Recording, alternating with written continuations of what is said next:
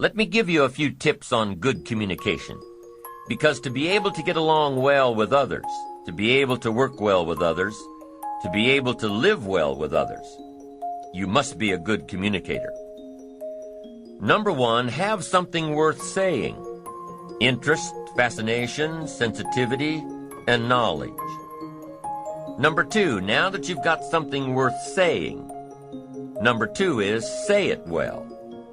And you've got to be able to translate it so it'll benefit someone. You must have a good delivery system for your substance and knowledge and awareness and understanding and experience. Learn to say it well. And here are some clues on saying it well. Number one, sincerity.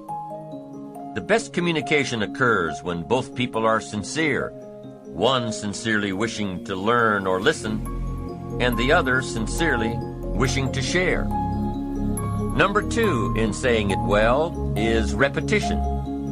Part of saying it well is simply practicing to say it well. Practice, practice, practice. Part of what I teach in sales training is practice. Practice. You start with something simple, and when you don't know much about what you're doing, practice is even more important. Let's say you're in sales and your presentation's not that good, and you wander around saying, "You wouldn't want to buy this, would you?" I'm telling you, maybe if you say that often enough during the day, somebody might say, "Well, maybe I would. What are you selling?" Now you can't say, "Mind your own business." No, once you've opened the door, you've got to go through it. Here's what happens if you practice in sales. You're bound to make sales. Somebody will say, "What are you selling?" and you've got to tell them. Maybe they'll want it. You're bound to get better. If you practice, you'll get better. You'll get better at your sales presentation. You'll get better at listening to your prospect. You'll get better at closing the sale. You'll get better at earning a living. Practice is just as valuable as a sale. Because here's what's valuable in sales: the skills.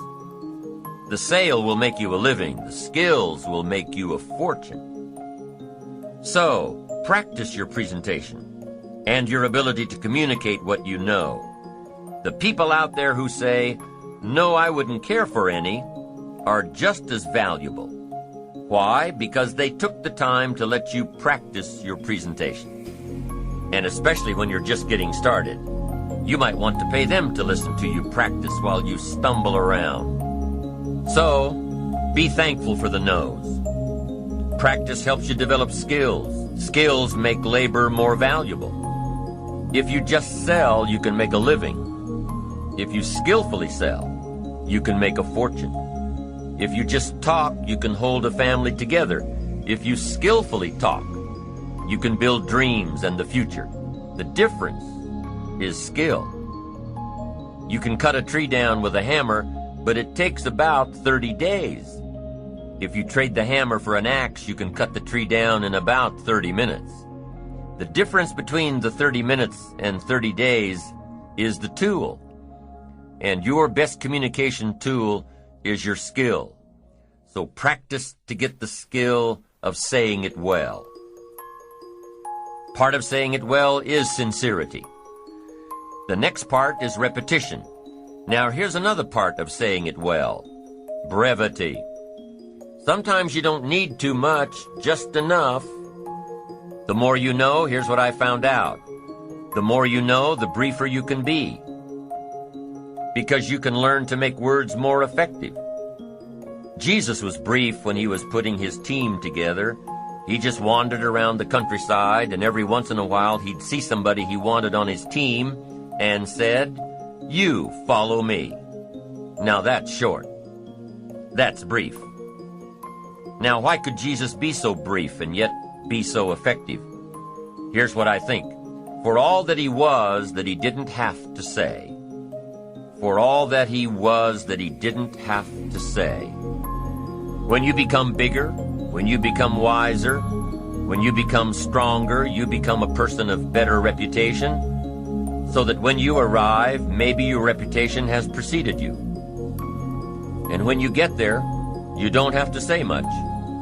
You don't have to launch into a 2-hour harangue if your reputation has preceded you. Your reputation will get a lot of the job done for you before you ever arrive. Next is style. Part of saying it well is style. Be a student of style, a variety of styles. Then make sure you develop your own. Be a student, but develop your own. Don't be someone else. Let someone else influence you, but don't become them. Develop your own style. Here's another tip on saying it well: vocabulary. You've just got to have a good vocabulary to say it well. Vocabulary. We can only translate for other people with the tools called vocabulary. If you're lacking in vocabulary, then you're lacking in tools to describe some problem or some answer. Words, vocabulary. You can't communicate without them. And you can't communicate well without a defined vocabulary. Every time you come across a word that's new to you, what should you do? Look it up. Every time you're in a conversation and the other person uses a word that's new to you, look it up.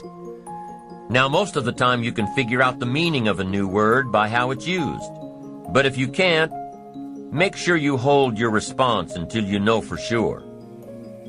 Several years ago, some of my friends took a survey among prisoners, some rehabilitation program they were working on. And they weren't looking for this, but here's what they found. There's definitely a relationship between vocabulary and behavior. Interesting. This is what they found. The more limited the vocabulary, the more the tendency to poor behavior. Wow. When you stop to think about it for a moment, it makes sense. Vocabulary is a way of seeing. It gives us insight, and only with your present vocabulary can you see.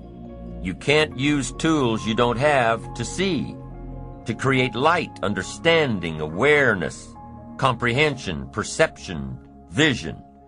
You can only have as much vision as your present vocabulary will give you. And if you're limited in vocabulary, then you can't see very well. Now, vocabulary is also what we use as a tool to express what's going on in our heart, what's going on in our head. Translate our questions, translate our answers, our perceptions, what we see, to be able to say it. And I'm telling you, if you have a limited way of translating and expressing what's going on in your heart and what's going on in your head, you'll fall way behind. So you'd have twin problems without a good vocabulary. Number one, you wouldn't be able to see. Number two, you wouldn't be able to express. And your world would keep getting smaller and smaller and smaller, not having the vision, not having the tools. Finally, you wouldn't need a place much bigger than 10 by 12 to live. Why?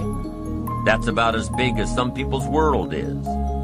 That's all they've got, this little narrow world, making mistakes every day. Why? They can't see. Getting it wrong every day. They can't comprehend. They can't understand. No tools with which to translate. For good communication, number one is having something good to say. Number two is saying it well. And number three is reading your audience. You've got to read what's going on between you and the people you're talking to. Should you say what you're saying a little softer? Should you say it a little stronger? Should you explain it more? Should you be more clear and concise? Should you quit? A lot of the decision-making that's going on during a conversation with someone depends on how well you can read, how well you can tell what's going on in the minds of those you're trying to reach. Doesn't matter if you're looking into the face of a child or the face of a colleague or 1,000 faces in an audience. You've got to read what's going on. You've got to pay attention. So let me give you some ways to read. The first one is you've got to read what you see. You've got to read what you see. Search the face of a child and see if you're coming across. See if they look perplexed. See if they're getting it. See if they can't get it. Body language tells us a lot. Look at how the people you're talking to are sitting, what they are doing with their hands, their eyes. A guy's got his arms crossed, legs crossed, chin tucked down and frowning. You've got your work cut out for you.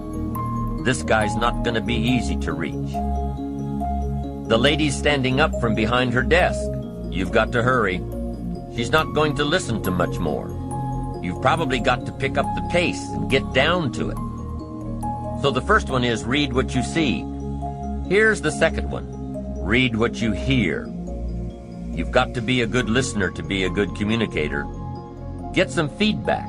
Listen. To be a good parent, you've got to be a good listener. To talk well, you've got to listen well. That's so valuable. Get the feedback.